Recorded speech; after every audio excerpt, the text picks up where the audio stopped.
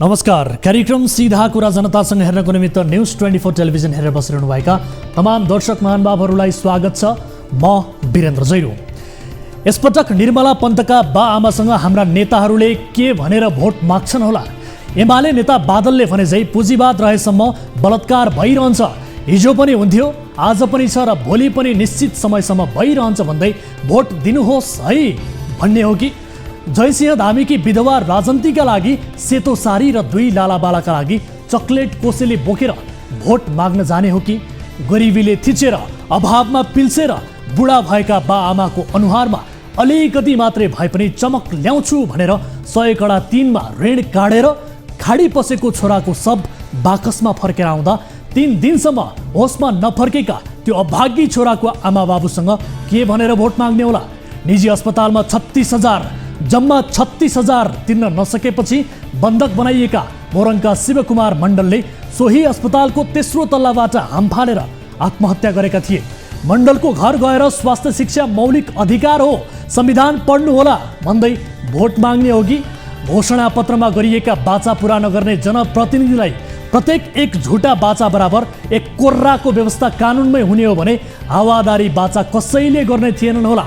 घोषणा पत्रमा जे लेखे पनि हुने, गरिएका बाचा पूरा नगरे जवाबदेही हुन पनि नपर्ने, कानुनी कठघरामा उभिन पनि नपर्ने र 5 वर्षपछि फेरि लाज पचाएर जनताको घर दैलोमा जान पाइने यो स्थिति रहेसम्म बहुदलीय व्यवस्थामा सुधार आउँदैन, मरे पनि आउँदैन। अहिले स्थानीय तह निर्वाचनको मौसम चलिरहेको छ।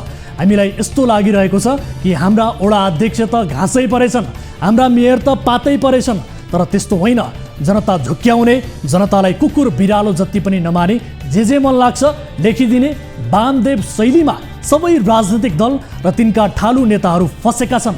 काङ्ग्रेसीका लागि शेरबहादुर देउवा सभापति हुन्, एमाले जनका लागि केपी ओली अध्यक्ष कमरेड हुन्, माओवादी क्यारेडहरूका लागि प्रचण्ड त प्रचण्ड मात्र होइनन्, विचारक हुन्, आदर्श हुन्, सुप्रिमो हुन्, प्रचण्ड पदका प्रवर्तक हुन्, विश्व कम्युनिस्ट आन्दोलनकै गने चुनेका नेता पनि हुन्। तर यस्ता महान नेतामा जनतालाई गुणस्तरीय शिक्षा, सुलभ स्वास्थ्य दिने भिजन नै छैन। निर्मला पन्त जस्ता बालिका, जयसिंह धामी र शिवकुमार मण्डल जस्तै विवश र अभागी युवा अब कसैले पनि बन्न नपरोस् भन्ने योजना नै छैन। कुरा प्रचण्डको मात्र होइन, केपी ओली, शेरबहादुर देउवा, माधव कुमार नेपाल, उपेन्द्र यादव कसैसँग पनि देखिएन। हुनसक्छ यी ठुला नेताहरूसँग हाम्रा नाङ्गा आँखाले देख्न नसकेका योजना छन् कि थाहा छैन, तर आजका मितिसम्म हामीले देख्न सकेनौँ। धरहराको टुप्पोबाट हेर्दा पनि गरिबी नै देखिन्छ, भुइँबाट हेर्न खोज्दा धुलो धुवा र कोलाहल मात्रै देखिन्छ, रोल्पाको भ्यू टावरबाट हेर्दा अशिक्षा र रोकसोक देखिन्छ। झापामा बन्दै गरेको टावरबाट पनि हेरौँला, देखिएको अवश्य बनौला। दल र नेताहरूलाई चुनाव अघि छोराछोरी, श्रीमती, साली आदिलाई कसरी टिकट दिलाउने भन्ने चिन्ता। टिकट पाइसकेपछि पैसा बाँडेर हुन्छ कि खोक्रा आश्वासन बाँडेर हुन्छ कि मतपत्र च्यातेर हुन्छ, चुनाव जितेरै छाड्ने चिन्ता। चुनाव जितिसकेपछि श्रीमतीलाई पिए, सालुलाई विज्ञ, छोरालाई निर्देशक, जेठी सासूलाई आयुक्त कसरी बनाउने भन्ने चिन्ता। यदि मात्र होइन, चुनावमा गरेको खर्च उठाउने चिन्ताले त जनप्रतिनिधिहरू पुरै 5 वर्ष चिन्ताग्रस्त हुन्छन्। नेताहरू आफै चिन्ताको बोझले थलिएका छन् अनि हामी ठान्छौँ हाम्रा नेता घाँसै परे, हाम्रा मेयर पातै परे। बहुदलीय व्यवस्थामा जनतालाई राम्रो काम गर्ने पार्टी छनौट गर्ने सुविधा हुनुपर्ने हो। नेपालमा त गठबन्धनका नाममा दलहरू बैंक झै मर्ज हुन थालेका छन्। अहिले राजावादी र गणतन्त्रवादी एकै ठाउँमा छन्, टाउको मोल तोक्ने र तोकिने एकै ठाउँमा छन्, लम्पसारवादी र दलाल एकै ठाउँमा छन्, हिन्दूवादी र धर्मनिरपेक्षतावादी एकै ठाउँमा छन्। कतै रुखको हाँगोबाट हलो बनेको छ, कतै हलोबाट हँसिया र हतौडाको भिड बनाइएको छ। जनता भाड्ने बेला त्यो काङ्ग्रेस, त्यो बुर्जुवा, त्यो पुँजीवादी दलाल, त्यो यथास्थितिवादी भन्ने, देश लुट्ने बेला घाँटी जोड्न पुगिहाल्ने, अनि फेरि जनता भाड्ने बेला त्यो माओवादी, त्यो खाओवादी, त्यो कम्युनिस्ट आतङ्ककारी, त्यो सर्वहराको नाममा सर्वहरालाई बेच्ने 17,000 पार्टी भन्ने, अनि चास्नी चाट्न पाउने बेला घाँटी जोड्न पुगिहाल्ने यो धन्दा र शैलीबाट के स्पष्ट हुन्छ भने काङ्ग्रेस, एमाले, माओवादी, समाजवादी, मधेसवादी जे जति छन् यी सबै एउटै टोकरीका आलु जस्ता हुन्। कुनै दिन यी सबै आपसमा मर्ज भएर चुनाव गर्ने सिस्टम नै खारेज गरिदिन सक्छन्। जनताको 90% भन्दा बढी भोट हामीले नै पाउने हो। अब हामीहरू सबै मर्ज भयौँ। यसकारण अब चुनाव गर्ने झन्झट पनि भएन। सधैँका लागि अब हामी नै शासन चलाउँछौँ भन्ने घोषणा मात्रै गर्न बाँकी रह्यो। यिनले हामी निकम्मा भयौँ, प्रधान न्यायाधीशलाई शासन बुझाउँछौँ यिनैले भनेका हुन्, राजाको पाउमा शासन यिनैले चढाएका हुन्। मात्र एउटा स्वार्थ पुरा हुने देखियो भने हाम्रा यी दलहरू जस्तो सुकै हद पार गर्न पनि तयार हुन्छन्। विगतले यही देखायो र देखेको भन्न हामी स्वतन्त्र छौँ। आउनुहोस् सुरु गरौँ जनताको चासो गुनासो र प्रश्न सहितको विशेष कार्यक्रम सीधा कुरा जनतासँग।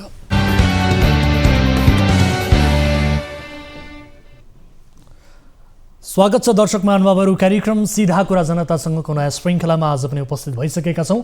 विविध विषयसहित न्युज 24 टेलिभिजनबाट प्रत्यक्ष रूपमा प्रसारित भइरहेका छौँ र आम नागरिकसँग प्रत्यक्ष सरोकार राख्ने विषयलाई कार्यक्रममा समावेश गर्दै ती विषयहरूको जवाबदेहिता खोज्ने आजको यस कार्यक्रममा विशेष गरी हामी काठमाडौँ महानगरपालिकाका मेयरका उम्मेदवारहरू के भनेर मतदातासँग भोट माग्दैछन् त भन्ने विषयमा एक विशेष रिपोर्ट पेश गर्दैछौँ। विशेष गरी उम्मेदवारहरू यति बेला घर दैलोमा व्यस्त छन् र उम्मेदवारहरूको घर दैलो अभियानलाई हामीले पछ्याएका छौँ। देशको केन्द्रमा रहेको महानगरपालिका भएकाले पनि सबैको चासो र जिज्ञासा पनि छ र सोही जिज्ञासालाई मेटाउन आज हामी यो रिपोर्ट यहाँहरू समक्ष प्रस्तुत गर्दैछौँ र यसबारेको थप कुराकानी पनि हामी प्रस्तुत गर्नेछौँ। र यस्तै प्रधानमन्त्री तथा नेपाली काङ्ग्रेसका सभापति शेरबहादुर देउबा पत्नी डाक्टर आर्जु राणा देउबाले गृह जिल्ला डडेलधुरामा चुनावी सभाका क्रममा गरेको धम्कीपूर्ण भाषण सम्बन्धीको रिपोर्ट पनि आजको कार्यक्रममा समावेश गर्नेछौँ। डाक्टर आर्जुले चुनावी सभालाई सम्बोधन गर्ने क्रममा काङ्ग्रेसले मेयर नजितेको ठाउँमा एक सुको पैसा पनि पठाउँदैनौ, रुखमा भोट नहाले स्थानीय तहको विकास हुँदैन, बजेट दिँदैनौ भन्ने किसिमको धम्की दिइरहँदा सरकारको ढुकुटी हो कि अथवा डाक्टर आर्जुको पेवा भन्ने प्रश्न यति बेला उठेको छ। यस विषयको विशेष रिपोर्ट र थप कुराकानी आजको कार्यक्रममा प्रस्तुत गर्नेछौँ। र यस्तै अपाङ्गता भएका व्यक्तिमाथि एनएमबी क्यापिटलद्वारा विभेद गरिएको आरोप सहितको रिपोर्ट पनि हामी प्रस्तुत गर्नेछौँ। र विशेष गरी अपाङ्गता भएका व्यक्तिलाई जागिरमा नल्याउन विज्ञापन नै खारेज गरिएको सम्मको आरोप पीडित पक्षको छ। यो विषयको वास्तविकता के हो त यो जान्ने प्रयास पनि आजको कार्यक्रममा गर्नेछौँ। र यस्तै साउदीमा अलपत्र परेका 2 नेपाली युवाहरूको उद्धार भएको विषय पनि आजको कार्यक्रममा समावेश गर्नेछौँ। र यसबाहेक तपाईँ दर्शक महानुभावहरूसँगको प्रत्यक्ष कुराकानीमा जोडिनेछौँ। कुनै पनि समस्यामा पर्नु भएको छ, कुनै पनि आपद विपदमा पर्नु भएको छ भने तपाईँले हामीलाई कार्यक्रममा कल गर्न सक्नुहुनेछ, जसका लागि हाम्रो टोल फ्री नम्बर 1660112424, यसै गरी एनसेल नम्बर 9801572424 र एनटिसी अर्थात् भाइबर नम्बर 9884011037 मा कल गर्न सक्नुहुनेछ कार्यक्रममा अवधिभर। कार्यक्रमको सुरुवात गरौँ ताली र गालीबाट। यसअघि हामीले सोधेको प्रश्न थियो,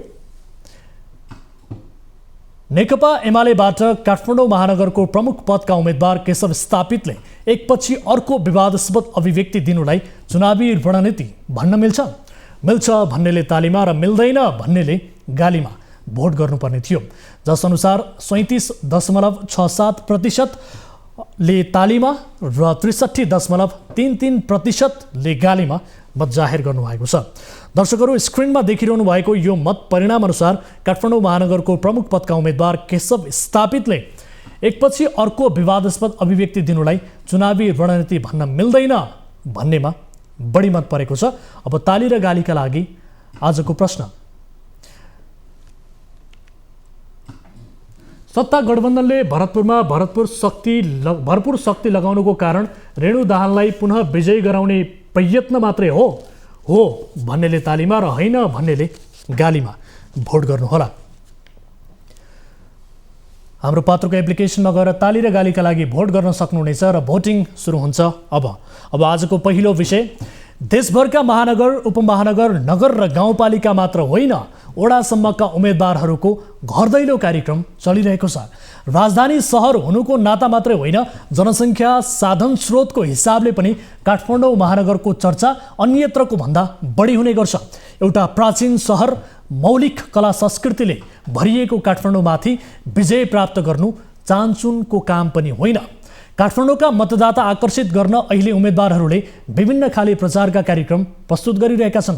बढी प्रभावशाली मानिएका उम्मेदवारहरूको घर दैलो कार्यक्रम के भइरहेको छ त त्यो हेर्न हामी पनि पुगेका छौँ। उम्मेदवारहरूको घर दैलोमा जे देखियो त्यही देखाउँदैछौँ यो विशेष रिपोर्टमा। काठमाडौँ महानगरपालिका देशकै क्यापिटल सिटी भएको हिसाबले पनि यहाँको मत परिणाम के कस्तो होला भन्ने सर्वत्र चासोको विषय छ। आज हामी विशेष गरी यहाँको ग्राउन्ड रियालिटीको विषयमा तपाईहरुलाई केही खास कुराहरू देखाउँदैछौँ। देशकै राजधानी काठमाडौँ, यही काठमाडौँ महानगरमा अबको 5 वर्ष कुन पार्टी र कुन उम्मेदवारको राज हुनेछ भन्ने आम जिज्ञासा पनि छ। मतदाता आकर्षित गर्न कांग्रेस, एमाले, रापरपादेखि नयाँ दल विवेकशील साझासम्म नै आकर्षक कार्यक्रम लिएर घर दैलो गरिरहेका छन्। उम्मेदवारहरूको घर दैलो र मतदाताले उनीहरूप्रति दर्शाएको आत्मीयता केही सञ्चार माध्यम, सामाजिक सञ्जालहरूमा आए जस्तै छन् त। यो तथ्य स्थलगत रूपमै बुझ्न हामी बुधबार र बिहिबार चर्चामा रहेका उम्मेदवारहरूको घर दैलो रिपोर्टिङमा पुगेका छौँ। उज्यालो भएदेखि सृजनाको व्यस्तता, गठबन्धनका नेता कार्यकर्ता देखिएनन् प्रचारमा। नेपाली कांग्रेसबाट काठमाडौँ महानगरको प्रमुख पदमा उम्मेदवारी दिएकी सृजना सिंहको कार्यतालिका वैशाख 27 सम्म प्याक छ। उज्यालो भइसक्दा उनको घरमा कार्यकर्ताहरू जम्मा भइसक्छन्। साँझ र बिहान 2 शिफ्टमा घर दैलो कार्यक्रम चलिरहेको छ। गणेशमानकी बुहारी, प्रकाशमानकी पत्नीको च्याक हटाएर आफ्ना एजेन्डा स्थापित गराउन सृजना सङ्घर्ष गरिरहेकी छिन्। विशेष ध्यान मेरो महिलाहरूप्रति हुनेछ। महिलाहरूप्रति कसरी हुनेछ भन्दाखेरि काठमाडौँको महिला हामीले हेर्छौँ, काठमाडौँमा विभिन्न किसिमका महिलाहरू हुनुहुन्छ। काठमाडौँमा घरमा टेको दिएर बसेका महिला दिदीबहिनीहरू पनि हुनुहुन्छ। उहाँहरूको आर्थिक अवस्था कस्तो विपन्न र बिजोग छ भन्ने कुरा त्यो म नजिकबाट देखेको छु। काठमाडौँका 32वटा वडामध्ये 31 वडामा कांग्रेसले नै वडा अध्यक्ष उठाउने अवसर 5 दलीय गठबन्धनबाट पाएको छ। उपमेयरमा एकीकृत समाजवादीबाट रामेश्वर श्रेष्ठ उम्मेद्वार बनेका छन्। तर सिंहको चुनावी प्रचार समूहमा गठबन्धनका कार्यकर्ताहरूको सहभागिता न्यून देखिएको छ। चौरतुरको निर्वाचनमा कांग्रेसले काठमाडौँमा 45,200 मत पाएको थियो। रञ्जु दर्शना र किशोर थापाले पाएको 42,000 मत सिर्जनातिर ढल्किने हो भने सिर्जनाका लागि कम्फर्टेबल हुन सक्छ। तर त्यो भोट बालेन्द्र समीक्षा बास्कोटातिर बाँडिने आकलन पनि छ। स्थापितको प्रचार समूह शानदार, विद्या सुन्दरले बिगारेको ग्राउन्डमा स्थापित सङ्घर्ष गर्दै बुहारीको च्याकबाट मुक्त हुन कांग्रेसकी सृजना सिंह सङ्घर्ष गरिरहेकी छिन्।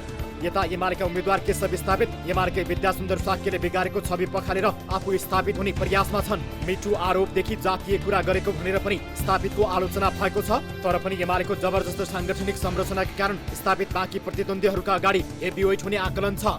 स्थापितको घर दैलोमा एमालेको मजबुत सङ्गठनको स्पष्ट प्रभाव देखिएको छ। प्रतिबद्ध कार्यकर्ताहरूको साथ र स्थापित स्वयंको आत्मविश्वास बाँकी प्रतिद्वन्द्वीका लागि चुनौतीपूर्ण हुन सक्छ। 74 सालमा विद्या सुन्दरले पाएको 64,900 मत मात्रै स्थापितले भड्किन दिएनन् भने चुनावी नतिजा उनको पक्षमा पर्न सक्छ। बालेनको प्रचारमा नवयुवाको सहभागिता बढी, घर दैलो भन्दा विजय जुलुसको झल्को। सामाजिक सञ्जालमा सबैभन्दा बढी प्रशंसक कमाएका र्यापर बालेन शाहको चुनावी घर दैलोको रिपोर्टिङ गर्न बुधबार हामी काठमाडौँको सिफल क्षेत्र पुग्यौँ। बालेनको घर दैलोमा सहभागी भएका अधिकांश नवयुवा थिए। सम्भवतः यही कारण बालेनको घर दैलोको स्पिड पनि अलिक बढी नै देखियो। युवा चोरीले विजय जुलुसको झल्को आउने गरी नाराबाजी गरिरहेका थिए।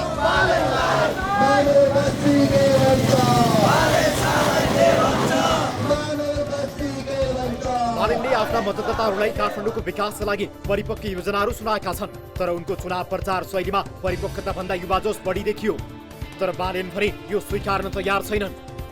घर दैलो अभियानमा हुने पर्ने जस्तो कुन तयारी भएन? एमाले कांग्रेसले जुन तरिकाले गरिरहेको छ घर घरमा गएर त्यही त के चाहिँ पुगेन भन्नु पर्यो के। जस्तो एमाले कांग्रेसले चाहिँ घर घरमा गएर अनुरोध गरिराखेका छन्। त्यो बिहान गर्छौँ हामीले, घर घरमा गएर चाहिँ बिहान गर्छौँ। दिउँसो चाहिँ र्याली गर्ने गरेका छौँ कि हामीले दुई तरिकाले गर्दैछौँ हामी। जस्तै अघि बिहान चाहिँ हामी चाबेल के अरे बौद्धको मानकालमा र अघि दिउँसोतिर चाहिँ हाम्रो भोटाइटी एरियामा चाहिँ हामीले घर घरमा 5 जना मात्रै गएर मान्छे भेटिरहेको थियौँ। यो चाहिँ र्याली हो। कतिको आफू सन्तुष्ट हुनुहुन्छ? कस्तो चाहिँ हामी सन्तुष्ट छौँ। कस्तो प्रतिक्रिया पाइराख्नु भएको छ? प्रतिक्रिया एकदमै राम्रो छ। काँधमा नेपाली झन्डा, हातमा लौरो, कालो चस्मा र आफ्नो प्रचार समूहसहित बालेन घर दैलोमा व्यस्त छन्। बालेनको गणितले भन्छ उनले 90,835 मत पाउनेवाला छन्। मत कति पाउलान् त्यो त मतपेटिका खोलेपछि नै थाहा होला। तर बालेनको चुनावी प्रचारमा उनीप्रति मानिसहरूको चासो र सेल्फी खिचाउनेहरू चाहिँ उल्लेख्य थिए। महानगरको नेतृत्व लिने दौडमा रापरपाबाट मदन दास श्रेष्ठ र समीक्षा बास्कोटा सहित अन्य धेरै उम्मेद्वारहरूले पनि घर दैलो र मतदाता आकर्षित गर्ने कार्यक्रम सञ्चालन गरिरहेका छन्। दर्शकहरू यस विषयमा थप कुराकानी गर्नका लागि यति बेला जोडिनु भएको छ राजनैतिक विश्लेषक डाक्टर विष्णु दाहाल हाम्रो सम्पर्कमा हुनुहुन्छ। डाक्टर दाहाल, यहाँलाई स्वागत छ कार्यक्रम सीधा कुरा जनतासँगमा। धन्यवाद। हजुर, अब काठमाडौँमा उम्मेदवारहरूको जुन घर दैलो कार्यक्रम छ, यो कार्यक्रम मतदाता आकर्षित गर्न प्रभावकारी भइरहेको ठान्नुहुन्छ तपाईँ? के लाग्छ, कसरी हेरिरहनु भएको छ? यसो अहिलेको जुन देशव्यापी रूपमा यो मतदातालाई चाहिँ घर दैलो गएर आफ्ना कुरा सुनाउने कुरा चाहिँ अलिक फरक ढङ्गले हेर्नुपर्छ जस्तो लाग्छ मलाई। एउटा त हामी काठमाडौँ महानगरपालिका, विराटनगर, चितवन, पोखरा, वीरगञ्ज छ नि जति महानगरपालिका जहाँ सुविधा सम्पन्न र आइटीको धेरै प्रयोग गर्न सक्ने मतदाता र बुझ्न सक्ने मतदाता भएको ठाउँमा यो घर दैलो त्यति जरुरी हुन्न, होइन? यसलाई चाहिँ पब्लिक डिबेटमा भएका उम्मेदवारहरू राखेर जनताका आफ्ना प्रश्नहरूलाई प्रत्यक्ष रूपमा ठाउँ ठाउँमा बसेर अन्तर्क्रिया गरेर जाने हो भने यो घर दैलोको यति समय बिताउनु पनि पर्दैन थियो र मतदाताहरू पनि प्रश्न केमा हुन्थ्यो भने हाम्रो उम्मेदवार कुन चाहिँ योग्य छ, एउटै विषयवस्तुमा फरक फरक धारणा हुँदा उनीहरूले आफ्नो जजमेन्ट चाहिँ उम्मेदवारमा आधारित भएर दिन सक्थे र त्यसलाई पार्टीले पनि त्यो अनुरूपको उम्मेदवारलाई चाहिँ टिकट दिन सक्थ्यो, होइन? किनभने मलाई के लाग्छ भने मेट्रोपोलिटन सिटीहरू जुन अझ हामीले काठमाडौँको हकमा चाहिँ हुनुपर्दा चाहिँ जुन उम्मेदवार छन् र जुन मतदाता छन् त्यो बिचमा चाहिँ जो अन्तर्क्रियाका लागि कुनै पनि एजेन्सीहरूले काम गरेनन्, जस्तो मिडियाले गरेनन्, कुनै पनि क्लबहरू अन्तर्क्रिया गर्ने उसले गरेनन् भन्ने चाहिँ मेरो बुझाइ हो। अब विशेष गरी म काठमाडौँ महानगरका एक उम्मेदवारका विषयमा पनि म तपाईँसँग जानकारी लिन चाहन्छु। काङ्ग्रेसकी सृजना सिंहले चुनाव जित्नका लागि कस्ता कस्ता आधारहरू तयार भएर यति बेला बसेका छन्, उनको जितमा प्रभाव पार्ने फ्याक्टरहरू चाहिँ के हुन सक्लान्? यसो अब कङ्ग्रेसको एउटा त कङ्ग्रेस पार्टी आफै पनि लार्जेस्ट पार्टी हो, होइन? त्यसर्थ ऊ अहिले सरकारमा छ, तथापि अब सरकारमा भएको पार्टीलाई विपक्षमा मत आउने धेरै जसो देखिन्छ, होइन? काठमाडौँको हकमा चाहिँ एउटा त उनी आदि आकाश ढाक्ने महिलाहरूलाई प्रतिनिधित्व गर्छन्, तसर्थ पनि उनी एउटा बलियो उम्मेदवार हुन् भन्ने मेरो बुझाइ हो। अर्को कुरा चाहिँ के छ भने राजनीतिक विरासतमा चाहिँ उनीले, जस्तो हामीले हेरौँ न, जन्मैका आधारमा मात्र विरासत थाम्नेहरू बिपी कोइरालाका पुत्र शशाङ्क कोइराला, गणेशमानको पुत्र प्रकाशमान भने जस्तो, होइन? नारायण निधिका पुत्र विमल निधि। तर विरासत चाहिँ के छ भने घरलाई भनेको विवाह गरेर आएको घरलाई पनि मानेर जाने भने हामीले किन्सिप सिस्टममा यो रगतको सम्बन्ध र वैवाहिक सम्बन्ध यो चाहिँ अलिकति यो किन्सिपमा पनि नातावादमा पनि वैवाहिक नातावादलाई जोडेर टिकट प्राप्त गरेको कुराले कति त्यसलाई प्रभाव पार्न सक्छ आफ्नोमा छ, होइन? तर महिला उम्मेदवार भएका हिसाबका कारणले चाहिँ काठमाडौँमा अहिले यति बेला महिला उम्मेदवार मेट्रोपोलिटन सिटीमा मेयरको कुनै पनि छैनन् हो। त्यसो हुनाले हिजो रेणुले चाहिँ भरतपुरमा गरेको देखाएको हुनाले काठमाडौँको लागि उनले आफ्नो दाबी प्रस्तुत गर्दा बलियो एक हिसाबले बलियो उम्मेदवारको रूपमा चाहिँ देखिन्छ। र अर्को काठमाडौँमा चाहिँ नेवार समुदाय हिजो पुरानो जसले चाहिँ यहाँ आदिवासीको रूपमा चाहिँ आफूलाई स्थापित गरेको छ, तथापि काठमाडौँको जनसङ्ख्या धेरै माइग्रेन्टहरू छ। यो बिचमा पार्टी महिला प्रतिनिधि यी 2-4वटा कुरा चाहिँ स्ट्रेङ्थ छ। अब यसको विकनेसेस तपाईँले भन्नुभएको कुरामा चाहिँ मैले के देख्छु भने सबैभन्दा ठुलो चाहिँ निकोटिजम, नातावादको कुराले चाहिँ एकदम सृजना सिंहलाई अर्को थप जति अवसर छ त्यति गाह्रो पनि छ।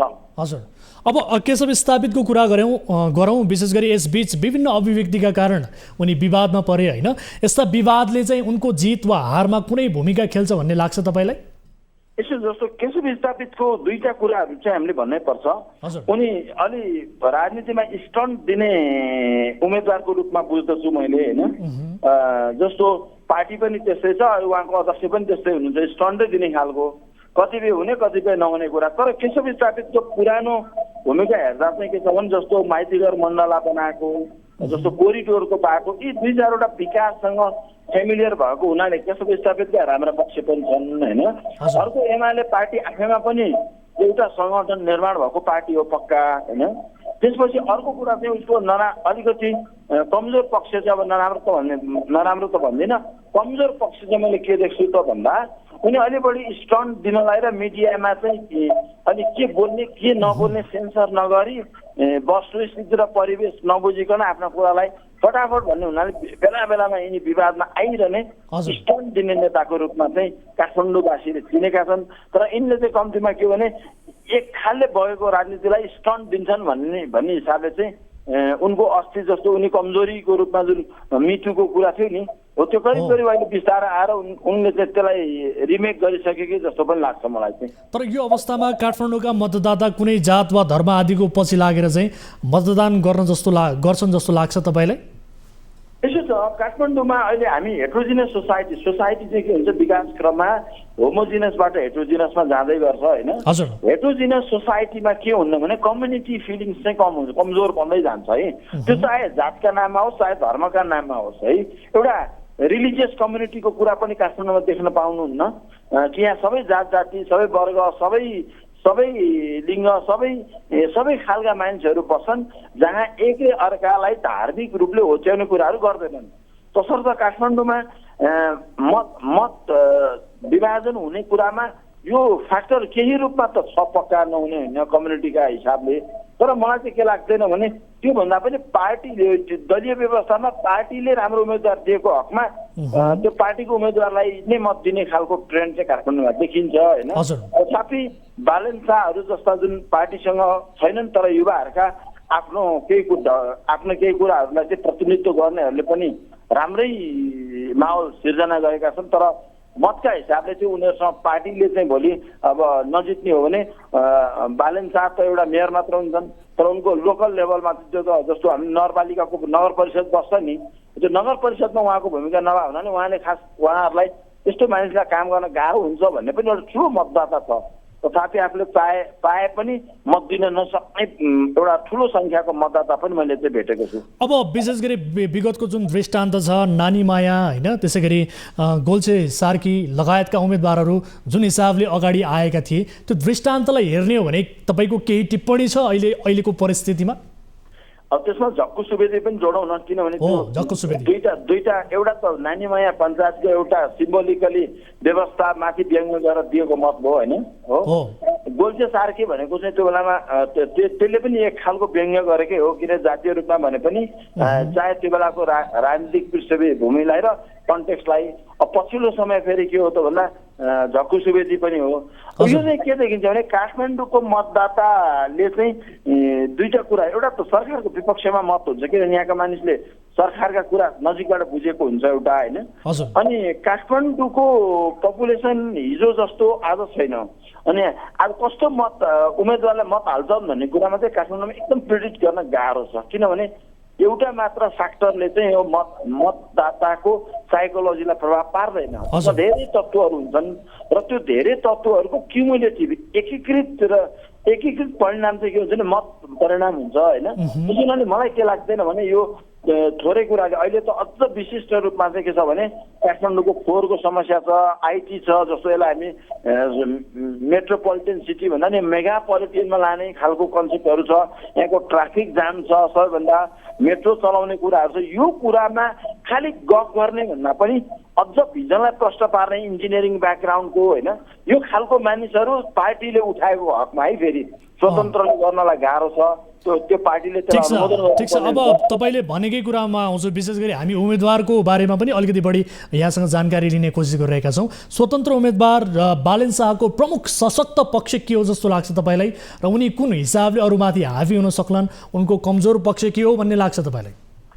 उनको चाहिँ दुईटा कुरा जस्तो उनी त एउटा ऱ्यापर भनेको कला क्षेत्रका मान्छे हुन् तसर्थ पनि एउटा वर्गले चाहिँ त्यो मन पराउँछ देखिन्छ होइन। अर्को भनेका इन्जिनियर हुन्। नेपालमा अहिले जस्तो विकासमा चाहिँ के छ भने हाम्रो नेतृत्वसँग त्यो टेक्निकल एस्पेक्ट एकदम टेक्नोक्राट्सहरू कि त टेक्नोक्राट्स छन् कि ब्युरोक्राट्स छन् कि नभए पोलिटिको क्रास भनौँ न पोलिटिसियन भनौँ है। यो तीनवटा स्फियर छ र त्यो तीनैवटा प्रशासन बुझेको टेक्निकली भिजन भएको र राजनीतिक विल क्यापासिटी भएकोहरूले चाहिँ त्यसलाई नेतृत्व गर्न सक्छन् एउटा होइन। तर त्यति मात्रै भएर चुनाव त जितिँदैन नि फेरि हो। अब यहाँ कुरा के छ भने अब कहिलेकाहीँ चाहिँ त्यो हाम्रो भीमार्जुन आचार्यले भने जस्तो कुरा पनि आउँछ। यहाँ 30 लाख लम्पट कार्यकर्ता भएको ठाउँमा राम्रा कुराहरूलाई तिनीहरूले रुचाउँदैनन्, पुरानै कुरामा मत हाल्छन् र फेरि उछिटो काटेर गाली गर्छन्, नयाँलाई स्थापित हुन दिन्नन् भन्ने कुरा पनि काठमाडौँको जनमतले चाहिँ त्यो धेरै पटक साबित गरिसकेको छ होइन। उनीहरूले यस्ता खालका जसले अवसर सिर्जना गर्छ त्यसलाई जस्तो बालन शाहलाई चाहिँ एउटा पार्टीले टिकट दिनु पर्थ्यो भन्ने चाहिँ मेरो कुरा हो। हस्, म समय र जानकारीका लागि यहाँलाई धन्यवाद दिन चाहन्छु। धन्यवाद। दर्शक महानुभावहरू, काठमाडौँ महानगरपालिका सबैको चासोमा रहेको केन्द्रमा रहेका हिसाबले पनि हामीले यहाँका उम्मेदवारहरूको नतिजा के हुन सक्छ, अर्थात् उनीहरूले जुन हिसाबले आफूलाई प्रस्तुत गरिरहेका छन्, अहिले घर दैलोमा मतदाता समक्ष जुन हिसाबले आफू प्रस्तुत भइरहेका छन्, यसलाई राजनैतिक विश्लेषकहरूले कुन ढङ्गबाट लिएका छन्, यस विषयमा हामीले कुराकानी गऱ्यौँ। अब अर्को विषयतर्फ म यहाँहरूको ध्यानाकर्षण गराइहाल्छु। लोकतन्त्रको कुरूप नमुना कहाँ छ भन्ने प्रश्नमा पहिले भारतमा भन्ने गरिन्थ्यो बिहारमा। बिहार राजनीति विकृतिका कारण पुरा भारत बदनाम थियो। अहिले बिहारको राजनीति सुध्रिएको छ, तर बिहारको राजनीतिकै झल्को नेपाली राजनीतिमा पनि देखा पर्न थालेको छ। केही अघि मन्त्री रेणु यादवले गौर नरसंहार मच्चाइदिने धम्की दिएकी थिइन्, तर यसपटक प्रधानमन्त्री पत्नी डाक्टर आरजु राणा देउवाले विद्यावारिधि उपाधिको समेत मानमर्दन हुने गरी मतदातालाई भनिन्, काङ्ग्रेसलाई भोट नदिए केन्द्रबाटै बजेट रोकिदिन्छौँ, करुवा र हरुवाहरूलाई भोट दिए ठिक हुँदैन। आरजु राणाको भाषण सुनिसकेपछि यस्तो लाग्यो, अब सत्ता पक्षका नेता नेत्रीहरूले हातमा नाङ्गो खुकुरी लिएर हामीलाई भोट दिनुहोस्, दिइनस् भने तेरो गर्दन चैट भन्न मात्रै बाँकी भयो। डडेलधुरामा आरजु राणाले मच्चाएको हङ्गामा के हो त, यो विशेष रिपोर्ट हेरौँ।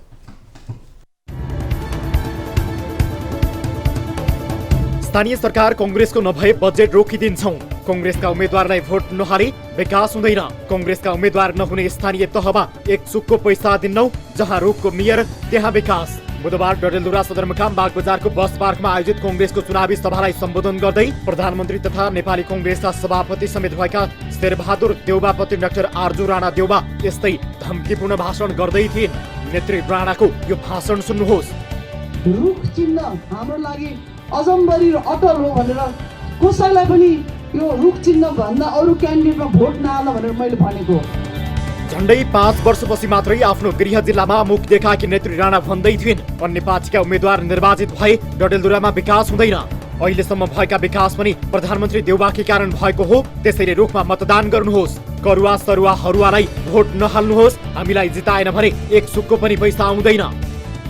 जहाँ कांग्रेसको मेयरै हुन त हामी किन पैसा पठाउँछौँ? सो यो कुरालाई पनि ध्यान दिएर यो करुवा सरुवा हरुवा पार्टीहरूलाई भोट नहाल्नुहोस्। यति मात्र होइन, डडेलधुराले आफूलाई माइती घरले दिने भन्दा ज्यादा माया प्रदान गरेको भन्दै उनले मतदाताले फकाउने चेष्टा समेत गरिन्। नेत्री राणाले भारतले पश्चिम सेती आयोजना निर्माण गर्न त्यहाँको एक कम्पनीले पत्र पठाइसकेको उल्लेख गर्दै परियोजना बने स्थानीयले रोजगार पाउने सपना समेत बाँडिन्। प्रधानमन्त्री देउवाको भारत भ्रमणका बेला पञ्चेश्वर परियोजनाको कुरा पनि भएकाले यो परियोजना समेत लागू हुने समेत बताइन्। हरेक गाउँमा पुगेको छु, कति घन्टा तल र माथि सुत्ने ठाउँ नभएको, चर्पी ठाउँ नभएको, खानेपानी नभएको ठाउँहरूमा म पुगेको छु। मैले गर्नु त पर्ने थिएन नि। अहिले प्रधानमन्त्री देउवाको गृह जिल्ला कांग्रेसमा भाँड भैलो छ, अर्थात् देउवाको गृह जिल्लामा नै कांग्रेस फुटेको छ। कांग्रेस डडेलधुराका निवर्तमान जिल्ला सभापति कर्ण मल्लको समूहले बीपी कांग्रेसबाट स्थानीय तहको चुनावमा नेकपा एमालेसँग तालमेल गरी चुनावमा होमिएको छ। चुनावको मुखमै गृह जिल्लामा नै कांग्रेस फुटेपछि जिल्लामा कांग्रेसलाई साथ जोगाउने मुस्किल हुने आशंका छ। सोही कारण पनि नेत्री राणाबाट यस्तो आक्रोश आएको अनुमान गरिएको छ। राणाको यो भाषण सुनेपछि कतिले निरङ्कुश तानाशाह ढङ्गले भोटको उर्दी नै जारी गरेको भन्दै टिप्पणी गरेका छन्। संस्थापन पक्ष भन्छ विवादको जड कर्ण मल्ल। कर्णबहादुर मल्ल नेपाली कांग्रेस डडेलधुराका निवर्तमान जिल्ला सभापति हुन्।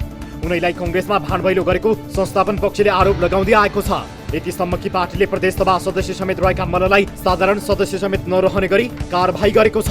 दुई समूहमा विभक्त भएको डडेलधुरा कांग्रेसको मल्ल समूहले करुवा चुनाव चिन्ह लिएर 7वटै पालिका र सबै वडामा नेकपा एमालेसँग तालमेल गरेर उम्मेद्वार उठाएको छ। पार्टी सभापति एवं प्रधानमन्त्री देउवाले गरेको अपमान र दिएको पीडाको कारण बीपी कांग्रेसबाट चुनाव लड्नु परेको मल्लले बताउने गरेका छन्। पार्टीभित्रको कचिङ्गलका बावजुद जिल्लाका 7वटै पालिका र 52 वडा मध्ये अधिकांशमा जित हासिल गर्ने कांग्रेस संस्थापन पक्षले दाबी गरेका छन्। सबै विकास देउवाले गरेको आरजुको दाबी। आफू बिए गरेर आउँदा डडेलधुराको अवस्था 4 वर्ष पछाडि परे जस्तो लागेको बताउँदै उनले खानेपानी नभएको, बिजुली नहुँदा सुत्न नसकिने ठाउँमा पहिलोपल्ट पुगेको स्मरण गरिन्। तर अहिले सबै विकास भएको र यो सबै विकास देउवाले गरेको उनले दाबी गरिन्।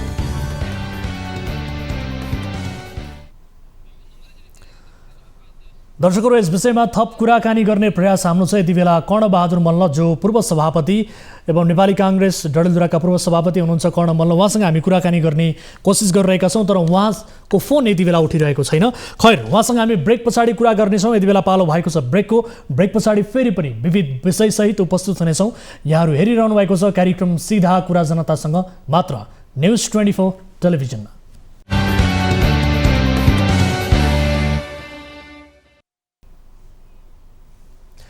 ब्रेकपछि स्वागत छ दर्शक महानुभावहरू। कार्यक्रम सिधा कुरा जनतासँगमा छौँ। विविध विषयहरू प्रस्तुत गर्दै, विभिन्न रिपोर्टहरू प्रस्तुत गर्दै त्यससँग सम्बन्धित रहेका व्यक्तिहरू निकायहरूसँग जवाबदेहिता खोज्ने यस कार्यक्रमको प्रारूप रहेको छ र सोही अनुसार अघि बढिरहेका छौँ। आम नागरिकसँग प्रत्यक्ष सरोकार राख्ने विषयहरू, आम चासोका विषयहरूलाई कार्यक्रममा समावेश गरिरहेका छौँ। हामीसँग कोही दर्शक आफ्नो समस्यासहित भाइबर मार्फत जोडिनु भएको मैले देखिरहेको छु। धेरैजना हुनुहुन्छ। नमस्कार, कहाँबाट को बोल्दै हुनुहुन्छ? को जोडिनु भयो? को हुनुहुन्छ यहाँहरू? सुन्दै हुनुहुन्छ? 30 जना जतिदेखि छ, सबैजना मनपाडाबाट खाना पनि केही दिँदैन। 5 महिना भइसकेको छ, स्यालेरी पनि दिँदैन। हजुर, कहाँबाट जोडिनु भयो यहाँहरू? कुन देशबाट? साउदीबाट। साउदी। हामीहरू सबैजना छु। अनि रोड हो के अनि कम्पनी भरेर पठाएको छ, सप्लाईमा डालेको छ यहाँ। हजुर, न सेलेरी दिन्छ न काम दिन्छ। भनेको साउदीको कुन ठाउँमा हुनुहुन्छ तपाईहरु? कुन कम्पनीमा के कामका लागि जानु भएको थियो? अलिकति डिटेल्समा भन्नुस् त। अलहारी कम्पनी भनेर पठाएको थियो। हजुर। अनि यहाँ साउदीमा आएर सप्लाईमा डालेको छ। यहाँ कुनै आउँदैन, न मुदिर आउँछ न सुपरभाइजर आउँछ न त्यो मेन पावरको मान्छे आउँछ। मेन पावरमा फोन गर्दाखेरि मेन पावरले भन्छ 2 दिन पक्नु 4 दिन पक्नु, जहिले नि यस्तै भन्छ। कतिजना हुनुहुन्छ यो समस्यामा पर्नु भएका तपाईहरु? 20-25 जना हो। 25 जना हो अहिले। 25 जना हुनुहुन्छ अहिले? सबै सँगै हुनुहुन्छ एउटै कोठामा? दुईटा कोठामा राखेछ सर, दुईटा कोठामा राखेछ। ए, दुईवटा कोठामा। अनि तपाईहरु निरन्तर अहिले काम गरिरहनु भएको छ कि अथवा तपाईहरुलाई काम पनि दिइएको छैन कि कोठामै थन्काएर राखिएको छ कि के हो अवस्था?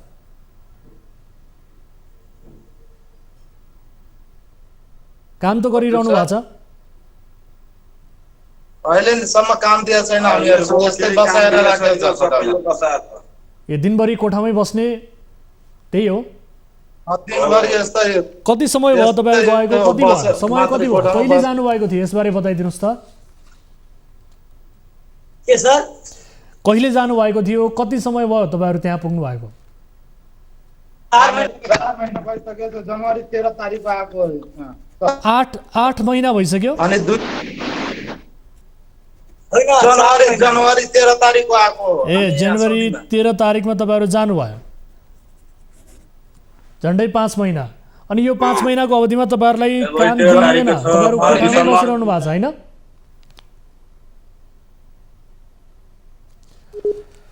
दर्शक महानुभावहरू, उहाँहरूसँगको सम्पर्क यति बेला टुटेको छ। विशेष गरी साउदीबाट नेपाली युवाहरूले कल गर्नुभएको थियो, आफ्नो समस्या उहाँहरूले राखिरहनु भएको थियो। कुराकानी गर्दा गर्दै उहाँहरूसँग सम्पर्क टुटेको छ। खैर, हाम्रो टिमले उहाँहरूलाई सम्पर्क गर्नेछ। अर्को विषयतर्फ यहाँहरूको ध्यान आकर्षण गराउन चाहन्छु।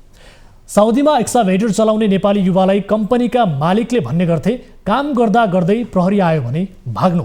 अवैध काममा नेपालीहरू पसिना बगाउन बाध्य थिए। एक त परदेशको ठाउँ, त्यसमाथि साउदीको 50 डिग्री तापक्रम। यस्तोमा काम गर्दा पनि तलब आउने निश्चित नहुँदा अझै कस्तो होला? यस्तै अनेकन हन्डर खेप्न बाध्य युवाहरूबारे हामीले 835औं श्रृङ्खलामा एक रिपोर्ट प्रस्तुत गरेका थियौँ। यी युवालाई साउदी पठाउने मेन पावरसँग जवाफ पनि मागेका थियौँ। समस्यामा परेकाहरूमध्ये 2 जनाको उद्धार भएको छ। यो फलोअप रिपोर्ट हेरौँ। रोजगारका लागि साउदी पुगेका गोर्खाका राजकुमार कोइराला र अर्घाखाँचीका अमृत अर्याल उद्धारपछि नेपाल फर्किएका छन्। झन्डै 4 महिनाको कष्टपूर्ण साउदी बसाइपछि उनीहरू स्वदेश फर्कन सफल भएका हुन्। साउदीमा एक्सकाभेटर चलाउने यी नेपाली चालकहरूलाई गैर कानुनी क्रसरमा काम लगाइएको थियो। उनीहरूलाई काममा लगाउने साउदी स्थित अल खलिज अल सर्किस्ट कम्पनीको निर्देशन थियो। काम गरिरहेको बेला प्रहरी आयो भने भाग्नु लुक्नु। कम्पनीको निर्देशनबाट स्पष्ट हुन्थ्यो नेपाली कामदारलाई गैर कानुनी हिसाबले काममा लगाइएको थियो। म्यान पावर कम्पनीले झुक्क्याएर गैर कानुनी हिसाबले चलिरहेको क्रसरमा काम गर्न बाध्य पारिएका उनीहरू प्रहरीबाट कैयौं पटक भाग्दा भाग्दै जेल जानबाट जोगिए पनि तर अहिले भने दुवैजना सकुशल नेपाल आइपुगेका छन्। जुन सेलरी पनि अब 4 महिनासम्म मलाई अब लेबर कामले लगाए अनि सेलरी माग्दाखेरि चाहिँ तँलाई के को सेलरी त अहिले ट्रेनिङमा छस् भन्यो। अनि जब अनि क्रसर चाहिँ अब चोरीको क्रसर चल्थ्यो है, अब दिनभरि ढुङ्गा बोकाउँथ्यो अनि बेलुकाभासी क्रसर चल्थ्यो रातभरि। अनि पुलिस आयो भने चाहिँ अब भाग भन्थ्यो, 3-4 चोटि त हामी अब भाग्यौँ पनि। हजुर कम्पनीको वर्कसपमा बोलाएर सरले भन्नुभयो तिमीहरूले अकमा अब सबैहरू बनाउँदैछ, तिमीहरूको राम्रै हुन्छ भन्नुभयो। होइन सर जसै पनि नेपाल जाने हो भनेको काम दिएको छैन भन्दा नेपाल जान सम्भव छैन भन्ने जस्तो कुरो गर्नुभयो पहिला। अब त्यसपछि अब हजुरहरूको यो सिधा कुरो जनतासँगमा हजुरहरूसँग जोडिएपछि हामीलाई आउनको लागि सहज भयो सर। नाइ भने अब हामी आउँछौँ जस्तो पनि लागेको थिएन, धेरै गाह्रो भइरहेको थियो सर। काठमाडौँको सिनामङ्गलमा रहेको फजल इन्टरनेसनल म्यान पावर कम्पनीबाट जनवरी 10 तारिकमा राजकुमार र अमृत सहित मोरङका प्रवीण राई, तनहुँका दीप सुनार, सिन्धुलीका सागर छोलाङ, दाङका प्रेमबहादुर ओली, नवलपरासीका विजय कुमार महर्जन र गोर्खाकै किसान नेपाली श्रम स्वीकृति लिएर नै साउदी पुगेका थिए। तर राजकुमार र अमृत स्वदेश फर्किए पनि अरू नेपाली कामदार भने स्वदेश फर्कन पाएका छैनन्। म्यान पावर कम्पनीले उनीहरू पनि स्वदेश फर्किने प्रक्रियामै रहेको जनाएको छ। अन्य साथीहरू पनि हाम्रो जस्तै विचलित छ सर। अब टाइममा सेलेरी अहिले खानाको मात्रै पैसा दिइरहेको छ 200 महिनाको 200 को दरले। जुन काम भनेर गएको तिनीहरूले त्यो काम पाएको छैन। ग्रेडर अपरेटर भनेर गएको अब तिनीहरूलाई त्यही नट बोल्ट खोला लाउने, टायर खोला लाउने त्यही काम गराइरहेको छ तिनीहरूले। यी नेपाली युवाहरूले अरबको 50 डिग्री तापक्रममा काम गर्नु पर्थ्यो, त्यसमाथि गरिएको काम पनि अवैध थियो। यस्तो अवस्थामा गरेको कामको तलब समेत हात पर्दैन थियो। जुन त मेन मैले 1.5 लाख रुपियाँ तिरेको जुन मेरो लगानी 3 महिनासम्मको मैले सेलरी 1 रुपियाँ पनि पाएको छैन। खालि 3 महिनामा 4 महिना नलाए 4 महिनाको मैले खानाको पैसा जम्मा 600 रुपियाँ पाएछ। त्यो बाहेक 1 रुपियाँ पनि पाएको। अब मैले चाहिँ बुझाएको 1,60,000 बुझाएको। अब हामीलाई अब भने जस्तो काम पनि भएन, अब केही काम पनि अब भनेको काम दिलाउन सकेन होइन म्यान पावरले। अब गएको खर्च त्यसपछि उहाँ नदिएको सेलरी हाम्रो अब पाउनुपर्छ भन्ने हाम्रो आशा छ सर। पीडितको गुनासो बोकेर हामी सिनामङ्गलमा रहेको फजल इन्टरनेसनल म्यान पावर कम्पनीको कार्यालयमा पुगेका थियौँ। त्यति बेला फजलका म्यानेजर लक्ष्मण ढुङ्गानाले कामदारको समस्या समाधान गर्ने र उनीहरूलाई स्वदेश फर्काउने प्रतिबद्धता जनाएका थिए।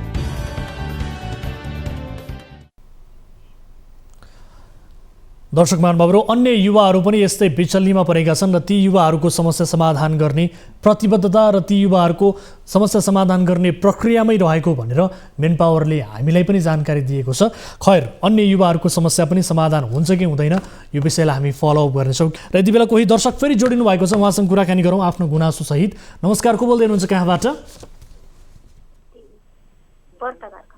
हेलो हजुर नमस्कार, कहाँबाट को बोल्नुभयो? हजुर यो नमस्कार सर। हजुर यहाँको शुभ नाम? मेरो नाम बहादुर धामी, यो घोडागोडी नगरपालिका। घोडागोडी नगरपालिका कैलालीबाट? हजुर। हजुर बहादुरजी, के समस्यामा पर्नुभयो, के का लागि तपाईँले हामीलाई कल गर्नुभयो? यो हाम्रो यही घोडागोडी नगरपालिका 7 को वडा कार्यालय बनाएको हो। अहिले 3-4 वर्षै छन्, जुन 4-5 वर्ष 4 वर्षै भयो होइन?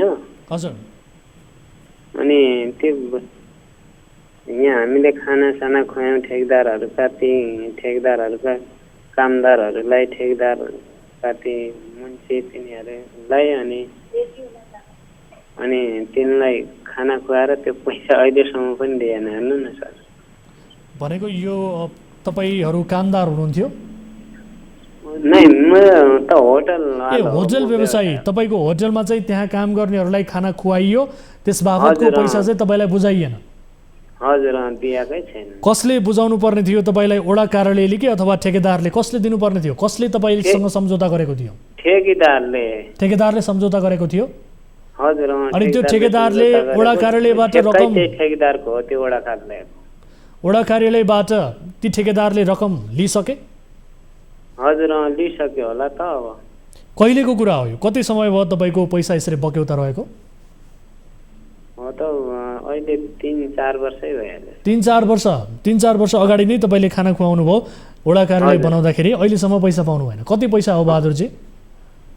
हाम्रो 60,000 रुपियाँ छ। 60,000। ठेकेदारको नाम भनिदिनुहोस् त। नन्दबहादुर जोरा। नन्दबहादुर जोरा। हजुर। हस्, उहाँलाई हामी सम्पर्क गर्ने प्रयास गर्नेछौँ र वडा कार्यालयको पनि यसमा हामी ध्यान आकर्षण गराउन चाहन्छौँ र उहाँलाई हामी सम्पर्क गर्नेछौँ। हाम्रो टिमले सम्पर्क गर्नेछ। उहाँलाई सम्पर्क गर्ने उहाँको कन्ट्याक्ट नम्बर हामीलाई पठाइदिनु होला। तपाईँले जोडिएर आफ्नो गुनासो राख्नुभयो, धेरै धेरै धन्यवाद। दर्शक महानुभावहरू, उहाँले गुनासो गर्नुभएको थियो। यसै गरी तपाईँका पनि कुनै समस्याहरू छन् भने तपाईँले कार्यक्रममा सहभागिता जनाउन सक्नुहुनेछ। हामीले आम नागरिकका जिज्ञासाहरूलाई, समस्याहरूलाई पनि कार्यक्रममा प्राथमिकताका साथ उजागर गर्दै आएका छौँ, उठाउँदै आएका छौँ। अब अर्को विषयतर्फ म यहाँको ध्यान आकर्षण गराउन चाहन्छु। एक युवा जसलाई बोल्न, हिँड्न, खाना खानदेखि लेख्नसम्म समस्या छ। सेरेब्रल पाल्सी नामक डिसअर्डरबाट पीडित युवाले 3.97 GPA सहित MBA गरे। SLCदेखि MBAसम्मका उनका उपाधि खचाखच अङ्कले भरिएका छन्। तिनै युवा अहिले भनिरहेका छन्, मलाई अपाङ्ग भनेर NMB क्यापिटलले रोजगारीबाट रोक्यो। NMBले चाहिँ कुनै पनि उम्मेदवारले अपेक्षित अङ्क ल्याउन नसकेका कारण विज्ञापन नै खारेज गरेको बताएको छ। बडो दुःखका साथ हाम्रो कार्यालयसम्म आइपुगेका युवा सौरभ कार्कीको तर्क छ, NMBका अधिकारीहरूले रोजगारी मात्रै खोसेनन्, अपाङ्गता नभएको मेरो स्वाभिमानकै अपमान समेत गरे। यो विशेष रिपोर्ट हेरौँ। यी हुन् भक्तपुरका 27 वर्षीय सौरभ कार्की।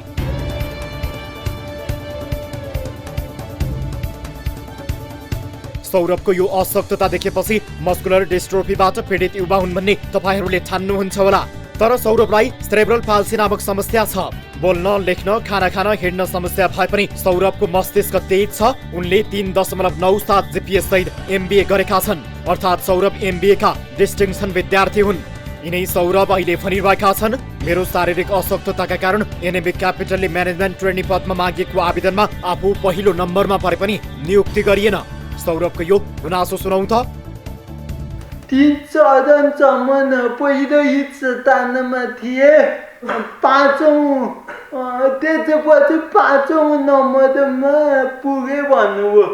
त्यो त नियोजित जस्तो देखियो नि। 3 चरणमा 1 नम्बरमा भएको व्यक्ति अपाङ्गताकै कारण नगर्नु पर्छ भनेर यहाँ फाइन दिन्छ त बिउमा कमाएको छ, दिएर 5औं नम्बरमा पुर्याइयो। यसमा निष्पक्ष छैन NMB क्यापिटल। अनि स्थायी घर झापा भएका सौरभ अहिले आफ्ना आमा बुबा सहित भक्तपुर सूर्यविनायकमा बस्छन्। सेरेब्रल पाल्सी नामक जेनेटिक समस्याबाट यिनी पीडित छन्। तर पनि NMB क्यापिटलले खोजेको काम गर्न आफू सक्षम रहेको सौरभ दाबी गर्छन्। कम्पनीको डाटा एनालाइसिस, फन्डामेन्टल एनालाइसिस आदि काम गर्न आफू सक्षम रहेको सौरभ बताउँछन्। यस्तै कामका लागि क्यापिटलले गएको कार्तिकमा जब डाइनामिक नामक आउटसोर्सिङ कम्पनी मार्फत म्यानेजमेन्ट ट्रेनीका रूपमा जनशक्ति मागेको थियो। सौरभको दाबी अनुसार मङ्सिर 25 मा भएको परीक्षामा उनी पहिलो नम्बरमा छनौट पनि भए। पहिलो चरणको अन्तर्वार्तामा अन्तर्वार्ताका लागि 8 जना छनौट भए। त्यसमा सौरभ पनि परे। पहिलो चरणको अन्तर्वार्तामा उनी पास भए। अन्तिम अन्तर्वार्ता NMB के अधिकारीहरूले लिए। सौरभले उनीहरूलाई आफ्नो शैक्षिक प्रमाणपत्रको फाइल दिँदा उनको हात काम्यो। त्यो देखेर अन्तर्वार्ता लिनेहरूले तिम्रो हातमा समस्या रहेछ है, के गर्न सक्छौ, के गर्न सक्दैनौ भन्ने प्रश्न गरे। जवाफमा सौरभले कम्प्युटर टाइप गर्न सक्छु, कलमले लेख्न सक्दिन भन्ने जवाफ दिए। त्यसमा चाहिँ सर्टिफिकेट देखाउँदा मेरो हात कामेको हुँदा चाहिँ तिम्रो हातमा अलिकति समस्या रहेछ है भन्नुभयो। मैले त जाँच्नु भएन, होस् त म लेख्न सक्दिनँ, म कम्प्युटर चाहिँ राम्ररी चलाउन सक्छु भनेर मैले त जवाब दिएकै हो। यस्तै साधारण कुराकानीपछि अन्तर्वार्ता सकियो। पछि NMBले सो परीक्षामा कसैलाई पनि छनौट नगरिएको जानकारी दियो। सौरभ भन्छन्, NMBले मागेको आवेदनमा मेरो जस्तो शारीरिक अशक्तता भएका मानिसहरूले आवेदन नदिनु भन्ने कुनै शर्त थिएन। NMBका अधिकारीहरूसँगको भेटमा सौरभलाई अशक्तको सहानुभूति बटुलेर जागिर सोर्स लगाउँदै हिँडेको हो भन्ने प्रश्न गरेका थिए। जवाफमा सौरभले शारीरिक दुर्बलता नभएकाहरूसँगै प्रतिस्पर्धा गरेर 2 चरणमा 1 नम्बरमा परेको र अपाङ्गता भएका कारण विभेदमा पर्छु कि भनेर राष्ट्र बैङ्कका अधिकारीहरूसँग कुरा गरेको बताएका थिए। यदि पिपुल हायरिङमा यस्तो विभेद हुन्छ भने भ्याकेन्सी हेर्न हुन्छ, मेन त गर्दै Piputu disability ada haidi ditsekada tuye pada ikina reka nasak nubaina wanda NMB capital जवाब बिन भयो। सौरभका लागि एसएलसीमा अरूले लेखिदिँदा पनि 85% अङ्क ल्याएका थिए। प्लस 2मा 74%, स्नातक तहमा डिस्टिङसन ल्याए। एमबिएमा आफ्नो ब्याचमै उच्च अङ्क ल्याए, अर्थात् उनी 3.97 जीपीए सहित पास भए। सौरभको मेहनत यी प्रमाणपत्रमा हेर्नुहोस्।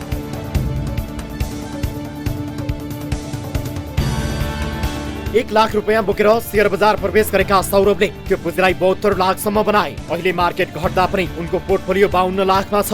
आफ्ना बाहेक अरू 2-4 जनाको पोर्टफोलियो म्यानेजमेन्टको काम पनि उनी गरिरहेका छन्।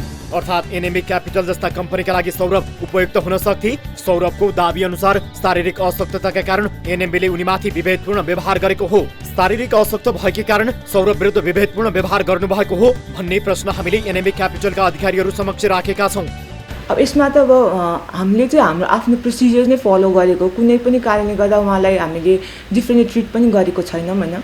हाम्रो प्रोसिजरमा कसरी के गरे के कुराहरूको बारेमा हेर्ने भन्ने त्यो विषयमा हेरेर नै उहाँलाई हामीले उहाँ बाहेक अरू कुनै पनि क्यान्डिडेटहरू सेलेक्ट नहुनु भएको हो। त्यसमा चाहिँ अपाङ्गता भएका व्यक्तिहरूको अधिकार सम्बन्धी महासन्धिको नेपाल पक्ष राष्ट्र हो। पक्ष राष्ट्र भएको नाताले नेपालभित्र पनि अपाङ्गता भएका व्यक्तिहरूलाई काम र रोजगारीमा विभेद गर्न पाइन्न। अपाङ्गता भएका व्यक्तिको अधिकार सम्बन्धी ऐन 2074ले पनि रोजगारी र सो सम्बन्धी कुनै पनि विषयमा भेदभाव गर्न नपाइने उल्लेख गरेको छ।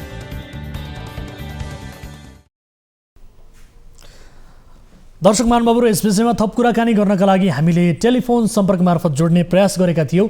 राष्ट्रिय अपाङ्ग महासङ्घ नेपालका अध्यक्ष मित्रडाल शर्मालाई जोड्ने प्रयास थियो। आज समय अभावले उहाँसँग कुराकानी गर्न सकेनौँ। यद्यपि अपाङ्ग भएकै कारण म विभेदमा परे भन्दै यति बेला सौरभ कार्कीले आफूले दुखेसो गरिरहेका छन् र यो दुखेसो राष्ट्रिय अपाङ्ग महासङ्घमा पनि लगेर जाँदा कुनै पनि रेस्पोन्स नआएको भन्ने किसिमको गुनासो छ र राष्ट्रिय अपाङ्ग महासङ्घ भनेको बन्द कोठाभित्र गोष्ठी अन्तर्क्रिया गरेरै यो चल्ने संस्था पनि होइन, तर भइरहेको छ यस्तै। किनभने जब अपाङ्गता भएका व्यक्तिले यस किसिमका गुनासोहरू हामीसम्म ल्याएर आउँछन् र अपाङ्गता भएका व्यक्तिहरूको दुःख बुझ्ने र उनीहरूको गुनासो सुन्ने संस्थाले कुनै पनि रेस्पोन्स गरेन भन्ने गुनासो हामीसम्म आउँछ भने हामी यही भन्न बाध्य छौँ, गोष्ठी अन्तर्क्रिया गर्नमै यी सङ्घ संस्थाहरू व्यस्त छन्।